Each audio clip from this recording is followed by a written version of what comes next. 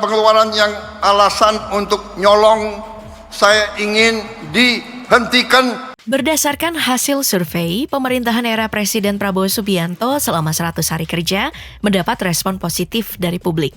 Menurut Litbang Kompas, ada 80,9% yang merasa puas dengan kinerja pemerintahan Prabowo selama 100 hari kerja. Ya, meski masih ada celah-celah yang harus diperbaiki. Oke, kita mungkin sepakat dengan pernyataan dari Menko Bidang Infrastruktur dan Pembangunan Kewilayahan. Terlalu awal untuk kita langsung menyimpulkan sukses atau gagal. Ya, memang terlalu dini. Kenapa? Ada sejumlah PR dari era Jokowi yang harus diselesaikan oleh Prabowo. Masalah utang pemerintah yang membengkak, PSN yang sepi investor, dan kasus yang viral kemarin soal pagar laut PIK.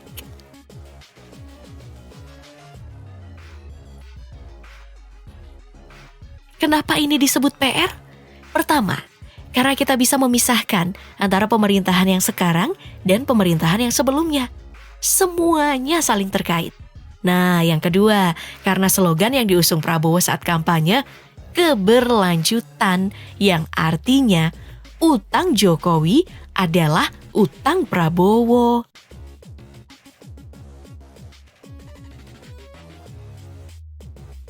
Makanya, yang viral kemarin, pemerintahan Prabowo tidak bisa lepas tangan persoalan pagar laut sepanjang 30 km yang ada di perairan Indonesia, yang mana sudah berdiri sejak Juni 2024. Jokowi, Kementerian Kelautan dan Perikanan, dan Badan Pertahanan Nasional adalah pihak-pihak yang paling bertanggung jawab.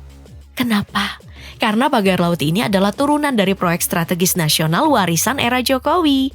Isu utamanya adalah legalitas pemasangan pagar laut, khususnya soal izin kesesuaian kegiatan pemanfaatan ruang laut KKPRL. Sederhananya, jika pagar dipasang tanpa KKPRL, secara otomatis tindakan ini ilegal. Kalaupun sah, pertanyaannya, bagaimana izinnya diperoleh? Apakah lewat prosedur yang benar? Dan apakah dampak terhadap akses nelayan diperhitungkan? Terus, yang jadi soal juga nih, dua Menteri Prabowo silang pendapat terkait pembongkaran pagar laut ini. Seperti Menteri KKP, Trenggono, yang diprotes karena pagar laut dibongkar TNI Angkatan Laut atas perintah Presiden Prabowo. Muncullah kemudian dugaan adanya keterlibatan KKP yang mempermudah reklamasi dan muncullah pagar laut.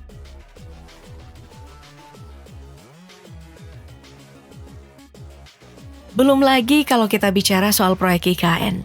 Meski saat itu banyak dikritik kalangan ekonom, Jokowi tetap jalan mengawal mega proyek IKN dengan nilai 466 triliun sampai terlihat wujudnya.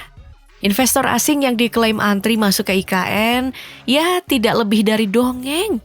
Cuma ada konsorsium lokal yang terdiri dari 12 konglomerat, dipimpin Sugianto Kusuma alias Aguan. Nilainya memang lumayan besar, sekitar 20 triliun rupiah. Itu pun disebut hanya untuk selamatkan wajah Jokowi. Atas investasi ini, Aguan diduga dapat kado dari Jokowi berupa PSN PIK 2.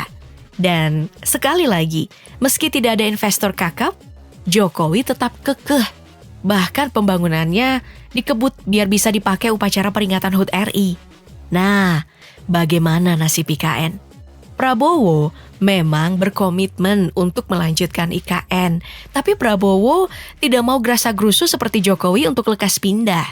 Prabowo justru fokus pada program-program mendesak, seperti swasembada pangan.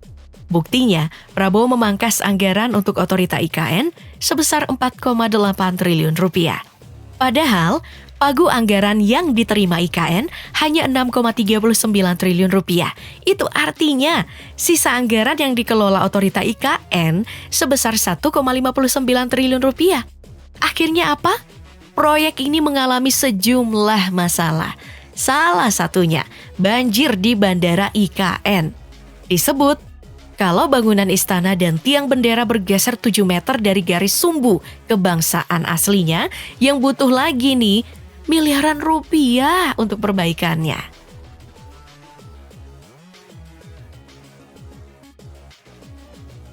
Sebenarnya ada banyak masalah lagi.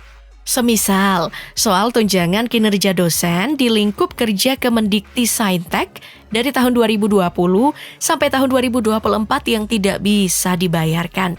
Itu artinya, masalahnya itu adalah selama pemerintahan Jokowi di periode kedua. Sebenarnya pada 11 Oktober, peraturan menteri yang berisi pemberian tukin untuk dosen sudah dikeluarkan. Tapi, kementerian tidak mengajukan pencairan tukin ASN melalui birokrasi yang semestinya. Kemudian, adanya perubahan nomenklatur yang semula dari Kemendikbudristek menjadi Kemendikti-Saintek yang mengakibatkan keterlambatan pengajuan kebutuhan anggaran tukin dosen ASN. Masalahnya, kementerian baru tidak punya kewenangan menengok ke belakang. Jadi, kementerian yang sekarang hanya bisa menyediakan tunjangan untuk tahun anggaran 2025.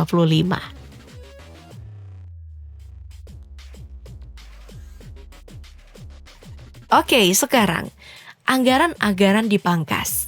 Selain karena sudah disinggung tadi, ada banyak program yang harus dibiayai, Prabowo memulai pemerintahan dengan warisan utang jatuh tempo yang mesti dibayar sebesar 800,33 triliun rupiah. Jumlah terbagi atas utang surat berharga negara senilai 705,5 triliun dan utang pinjaman sebesar 100,19 triliun. Utang ini harus dibayar pemerintah Indonesia pada tahun 2025. Ini bukan uang yang kecil, bahkan berdampak pada beban fiskal yang cukup besar. Katakanlah, karena ada wabah COVID-19, sehingga utang negara meningkat. Tapi sebelumnya pun rasio utang udah menanjak. Posisi utang pemerintah terus meningkat sejak Jokowi menjabat sejak 2014.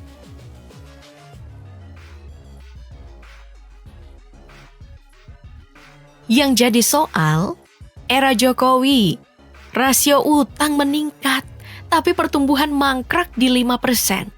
Inflasi memang rendah. Masalahnya itu tidak bisa mendongkrak roda pertumbuhan ekonomi yang sebagian besar berbasis pada konsumsi. Makanya di periode pertamanya, Prabowo mengeluarkan instruksi presiden untuk melakukan efisiensi besar-besaran terhadap APBN. Penghematannya tidak main-main. Bahkan lebih dari 300 triliun. Penghematan pada belanja terjadi, seperti perjalanan dinas, belanja infrastruktur, dan pengeluaran operasional birokrasi lainnya. Tujuannya untuk membangun pos-pos penting ekonomi untuk mendongkrak pertumbuhan di atas 5%. Ya, mimpi Prabowo, PDB bisa mencapai 7-8%.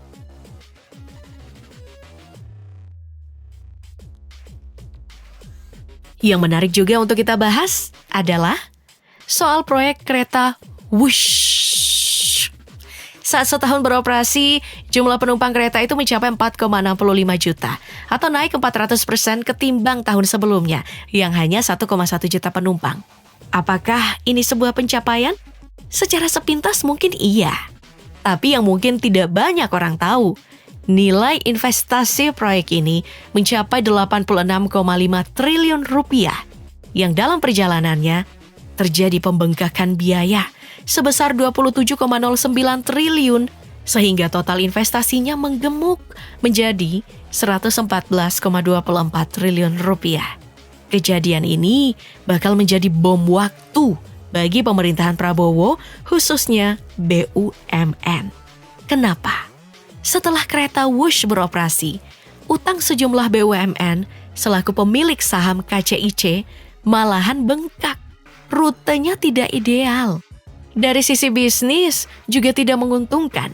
Bahkan menurut ekonom senior Faisal Basri saat itu, kalau diperlukan waktu puluhan bahkan ratusan tahun untuk bisa balik modal.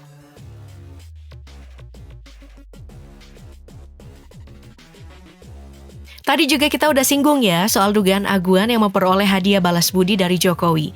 Nah, proyek ini adalah proyek di Pantai Indah Kapuk 2, pembangunan ekowisata tropical coastland yang sekarang menuai banyak kecaman, terlebih karena polemik pagar lautnya. Nah, ketika kekuasaan beralih ke Prabowo, mulailah terkuak borok-borok dari PSN PIK 2. Menteri ATR BPN Nusron Wahid menuding PSN di PIK 2 melanggar sejumlah aturan pertanahan karena sebagian besar area masih berstatus hutan lindung dan belum ada penurunan status menjadi hutan konversi. Belum lagi masalah penyerobotan lahan sampai ganti rugi lahan yang harganya tidak masuk akal.